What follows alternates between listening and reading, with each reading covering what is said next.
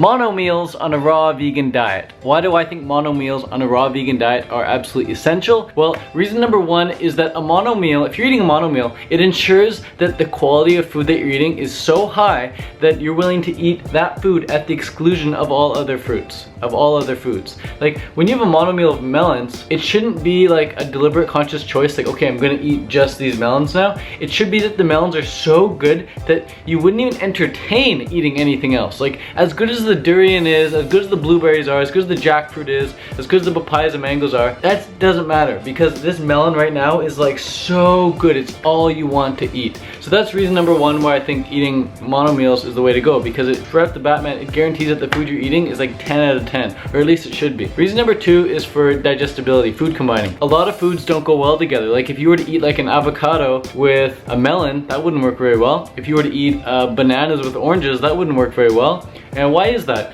Because some foods like melons digest very, very quickly. So it's kind of like a skinny kid going down a water slide. It's just like, boop, he goes on the slide really, really quickly. But if you put like a really fat kid in front of that skinny kid, and then you shoot the skinny kid down like soon after, the fat kid's gonna go down, he's probably gonna get stuck in the tube or something, or slide down really slowly, just start sticking. And the fast kid, the skinny kid's gonna go boom through the tube and boom, nail into that fat kid, and it's gonna really screw up the slide. It could screw up the whole system back end. It could start, and then more skinny kids start going down, and more fat kids start going down. It just screws up the whole system and can start to get backed up, and it starts to maybe get some acid reflux or indigestion or some gas build up, like just air needs to escape somehow because it's not going through the tube properly. So that's the big issue right there, just food combining issues. But a big tip there, if you are gonna mix your foods up, if you are gonna eat some oranges with your bananas, be sure to always eat the juiciest foods first. Typically, if you're eating really juicy fruits together, it shouldn't matter. Like if you're eating like grapes and oranges, that shouldn't really matter. If you're eating like watermelons and cantaloupe together or honeydew together, that really shouldn't matter because those all pretty much digest at the same speed.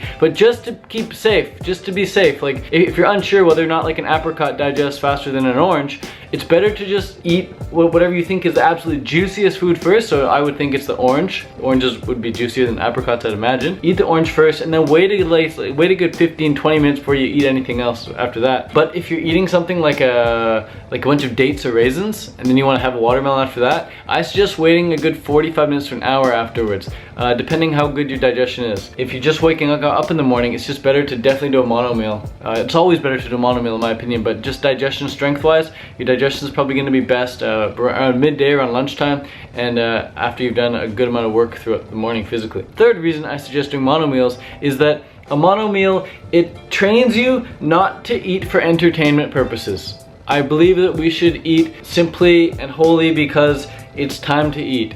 It's just that time. Like we have that desire to eat, but we don't do it for entertainment. Like about maybe half hour ago, 45 minutes ago, I just made a YouTube video and I walked back in the kitchen and I was just like, hey, like I made the YouTube video, now I'm gonna eat. But it's like I wasn't even hungry. I didn't even have the desire to eat. It's just like it was just something to do. It's much easier to eat for something to do when the food is really entertaining, you know, especially if you're adding oil or salt on it, if you're cooking it. The reason they do it is because it's so entertaining. It's so much more entertaining eating food that's been cooked and with salt and all that crap on it to your taste buds. Like that stuff perverts your taste buds. When you eat fruit, the fruit should, instead of being entertaining, it should just be like a spiritual experience. Like holy smokes, these cherries are so good on their own. Like these blueberries, I wouldn't want to eat anything else, just these blueberries. Like holy smokes, dude, this melon, like I feel like I'm coming up on like a drug right now. Like it's just so good on its own. I suppose it's more of an internal entertainment that you get from when you're eating fruit, really good fruit, than it is like when you're eating other stuff like that you have to put salt and crap on that makes you think like, oh, I think this is gonna be entertaining. The idea of it's entertaining to eat all this crap. No.